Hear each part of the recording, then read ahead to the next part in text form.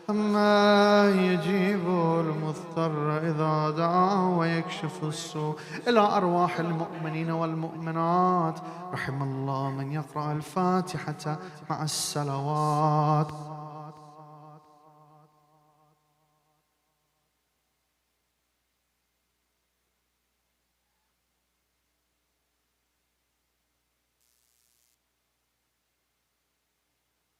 Assalamu alaikum wa rahmatullahi wa barakatuh. Inshallah, there is a brothers discussion that will be starting.